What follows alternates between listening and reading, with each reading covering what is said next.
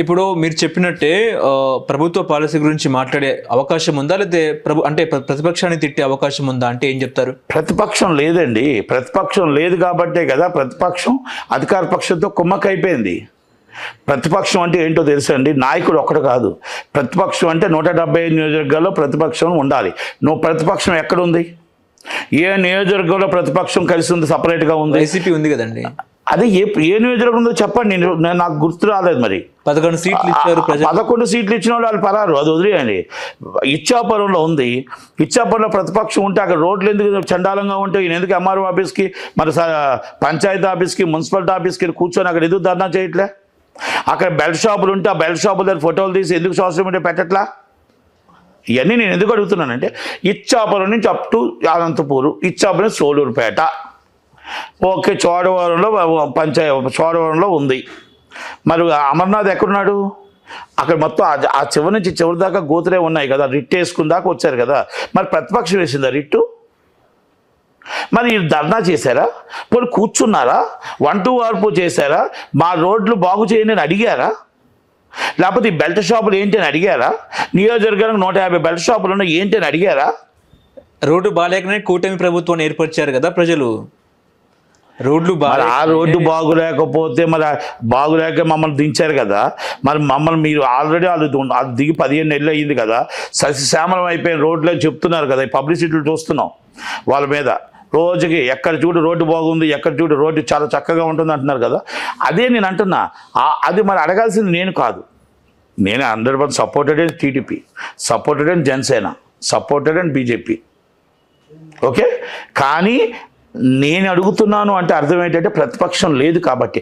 ప్రతిపక్షం అడుగుతుంటే అధికార పక్షానికి ఆలోచన వస్తుంది. ఇప్పుడు పలానా చోడవరంలో ఈ ప్రాబ్లం ఉందా, పలానా అనకాపల్లి ఈ ప్రాబ్లం ఉందా, పలానా ఎలమంచిలో ఈ ప్రాబ్లం ఉందా, పాకిరాపేటలో ఈ ప్రాబ్లం ఉందా, తునిలో ఈ ప్రాబ్లం ఉందా, ఇచ్చాపురంలో ఈ ప్రాబ్లం ఉందా, టెక్కల్లో ఈ ప్రాబ్లం ఉందా, అలాగే మన విజయనగరంలో ఈ ప్రాబ్లం ఉందా అని తెలుస్తుంది. ప్రతిపక్షం లేకపోబట్టే కదా నేను మా నాయకులకు చెప్పుకుంటున్నాను, సార్ మనం నమ్మొద్దు, మోసపోవద్దు, కొంతమంది మమ్మల్ని ములంచేట ఎక్కిస్తారు, కానీ దయచేసి కొన్ని పనులు అవ్వట్లేదు కాబట్టి దయచేసి మనం ఇవన్నీ కూడా రెక్టిఫై చెయ్యాలి. ఓకే, ఇప్పుడు మీరు ఇన్ని సమస్యలు చెప్పారు కదా, ఈ సమస్యలే రేపు మేము అసెంబ్లీలో అడుగుతాం, కాకపోతే మాకు ప్రతిపక్ష హోదా ఇవ్వండి సీఎం గారు అన్నట్టు కూడా మాట్లాడుతున్నారు సజ్జల రామకృష్ణారెడ్డి గారు. మరి సీఎం గారు ప్రతిపక్ష హోదా ఇస్తారా, స్పీకర్ గారు ఇస్తారా, లేకపోతే ప్రజలు ఇస్తారా పక్కన పెడితే రేపు జగన్మోహన్ రెడ్డి అసెంబ్లీకి వెళ్తారా లేదా? అదేవిధంగా అసెంబ్లీకి రాకపోతే పులివెందులకు ఉప ఎన్నిక వచ్చే అవకాశం ఉందని కూడా మాట్లాడుతున్నారు. ఇప్పుడు ఒకవేళ పులివెందులకు ఉప ఎన్నిక వస్తే వై నాట్ పులివెందుల అన్నట్టు కూడా మాట్లాడుతున్నారు. ఏమన్నా నేను మాట అంటారు కదా, జగన్మోహన్ రెడ్డి గారు పెద్దలు తెలుసుకోవాల్సింది ఏంటంటే, అసెంబ్లీలో మైక్ ఇస్తే అసెంబ్లీలో మాట్లాడండి, అసెంబ్లీ బయటకు వచ్చి అసెంబ్లీలో ఎక్కడ ప్రాబ్లం ఉందో మళ్ళీ పాదయాత్ర మొదలుపెట్టండి. ఇచ్చాపురం నుంచి పాదయాత్ర కూర్చోండి, అక్కడ మాట్లాడండి ప్రజలకు. బయట మీ బాధ కష్టం మీరు మైక్ ఇస్తే అసెంబ్లీలో మాట్లాడండి, మైక్ ఇవ్వకపోతే బయట మైక్తో మాట్లాడండి. ప్రజలకే కదా వెళ్ళాలి. అసెంబ్లీలో మాట్లాడినా ప్రజలకే, బయటికి వెళ్ళినా ప్రజలకే. అధికార పక్షం అప్పుడు ఏం చేస్తుంది?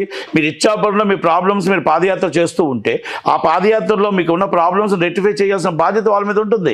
ఇప్పుడు నేను చెప్పాను మీకు ఇన్ని, ఇది నిజమా అబద్ధమా వాళ్ళు రెక్టిఫై చేసుకుంటారు.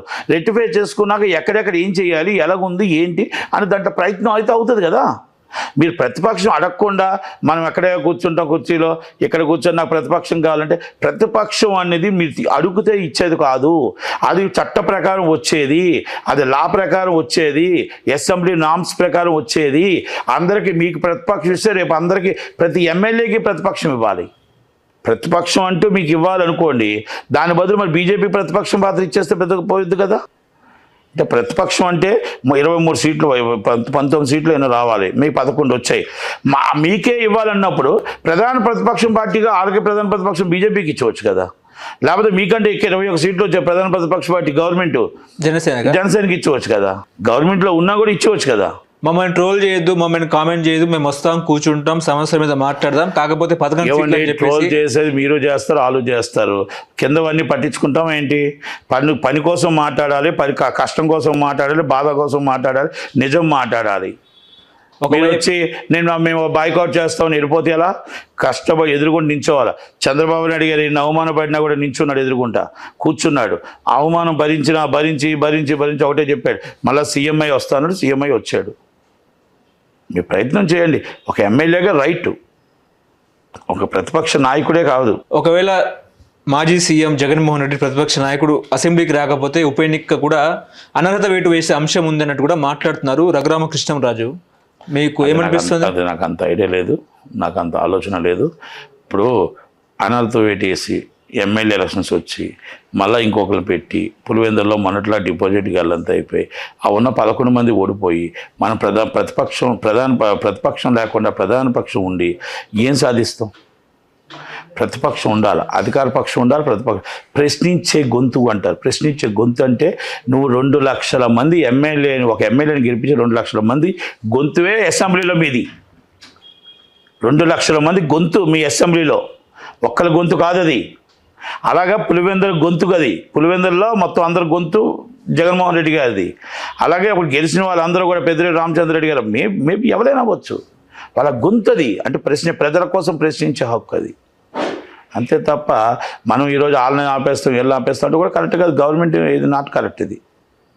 అంటే నేనేం చెప్తున్నానంటే మనం చేసే పనులు మనం సక్రమంగా చేస్తే 10 కాలాల పాటు మనం ఉంటాం.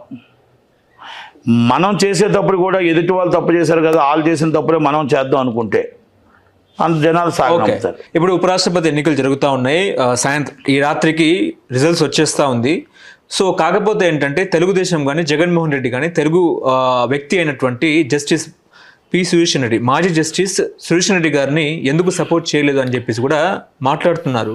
ఏం చెప్తారు సార్? ఒకటండి, పెద్దలు సుదర్శన్ రెడ్డి గారు కూడా సుప్రీంకోర్టు న్యాయమూర్తి గారు, ఆయన కూడా చాలా ఎన్నో మంచి కార్యక్రమం, మంచి వ్యక్తి అని చెప్తున్నారు. చాలా మంచి ఆయన గెలవాలని. అలాగే రాధాకృష్ణ గారు కూడా చాలా మంచి వ్యక్తి, రాయల్ ఆ పోస్టుకి వెన్ను తెస్తారని ఇద్దరు నిల్చున్నారు. ఒకరు గెలుస్తారు, ఒకరు ఓడిపోతారు. అయితే తెలుగువాడిగా మనం ఎట్టి పరిస్థితుల్లో సుదర్శన్ రెడ్డి గారికి సపోర్ట్ చేయాలి అనేది ఉంది. అయితే పార్టీ లైన్ వాళ్ళు బీజేపీకి సపోర్ట్ చేస్తున్నారు, ఇద్దరు బీజేపీయే. ఆంధ్రప్రదేశ్లో కాంగ్రెస్ లేదు, అక్కడ జగన్మోహన్ రెడ్డికి బీజేపీ పార్టీయే, అయినా బీజేపీ పార్టీయే. పవన్ కళ్యాణ్ గారు బీజేపీ పార్టీయే.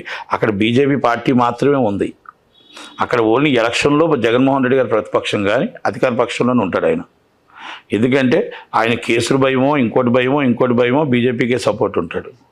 వాళ్ళు ఆల్రెడీ కూటమిలో ఉన్నారు కనుక వాళ్ళు ఆటోమేటిక్గా కూటమి లైన్ ప్రకారం వాళ్ళు రాధాకృష్ణ గారు పోటేయడానికి ఉన్నారు. ఇప్పుడు మనం ఏంటంటే కొన్ని లైన్స్ ఉంటాయి, ఎవరి ఇష్టం వాళ్ళది. ఎవరైనా గెలవాలి, అక్కడ ఆ పదవికి ఎన్ని తేవాలి, రాజ్యసభ చైర్మన్ గారికి మంచి తేవాలని, ఉపరాష్ట్రపతి పోస్టుకి రావాలని, బాగుండాలని కోరుకుంటాం. కానీ పెద్దలు వాళ్ళ కోసం మనం మాట్లాడే. హలో, తెలుగు రాజ్యం ఛానల్ చూస్తున్నారా?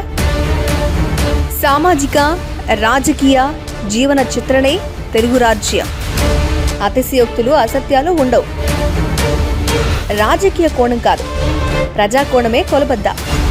తెలుగు రాజ్యం వీక్షణ మీ ఉత్తమ అభిరుచికి నిదర్శనం.